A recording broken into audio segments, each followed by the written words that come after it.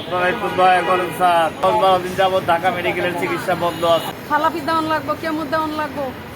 মাই টিভির মালিকের ছেলে তৌহিদ আফ্রিদি এবং এমপির ছেলে ফারাজ করিম এবং ব্যারিস্টার সুমন, তার পাশে আরেকজন রয়েছে। এই চারজনের ছবি দিয়ে একজন পুরুষ তার মাকে নিয়ে জাতীয় প্রেস ক্লাবের সামনে অবস্থান নিয়েছেন।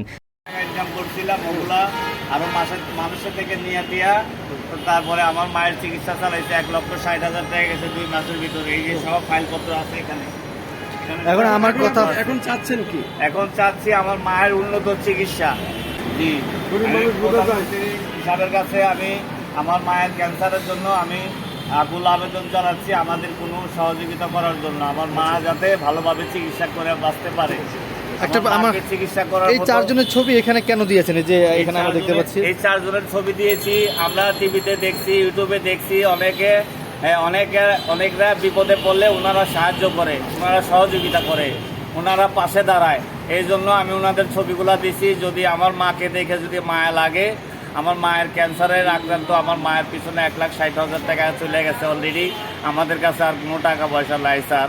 এখন আমার মা, এই যদি ওনারা দয়া করে যদি আমার মাকে যদি চিকিৎসার ভারটা নেয়, তাহলে আমি আমার জীবনটা সার্থক। নাহলে আমার এমন অবস্থা হয়েছে, আমার দেওয়ালে পিঠ থেকে গেছে, আমার বউ বাচ্চা কাচ্চা নিয়ে ঘর ভাড়ার সমস্যা পড়ে গেছি, মার এই অবস্থা, কষ্ট যন্ত্রণা সহ্য হচ্ছে না।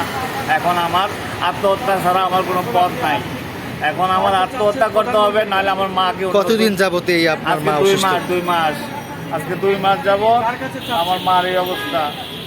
আপনারা একটু দয়া করেন স্যার, আপনার কষ্ট পাইতেছে। ঢাকা মেডিকেলের চিকিৎসা। কি সমস্যা আপনার মায়ের? আমার মায়ের জ্বর আছে, ক্যান্সার, ঢাকা মেডিকেলের থেরাপি আর কেমো দিতে বলছে।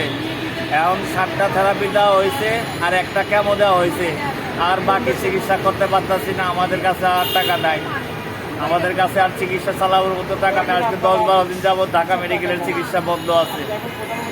আমার কাগজপত্র এখানে সব আছে। ঠিক আছে, চালাইতে পারতেছে না আমার লাগে। আমার তো আমি কিছু না দিলে আমি তো চলতে পারতেছি না। আমি তো এখন অসহায়, খাইতে পারি না, ওষুধ কিনতে পারি না।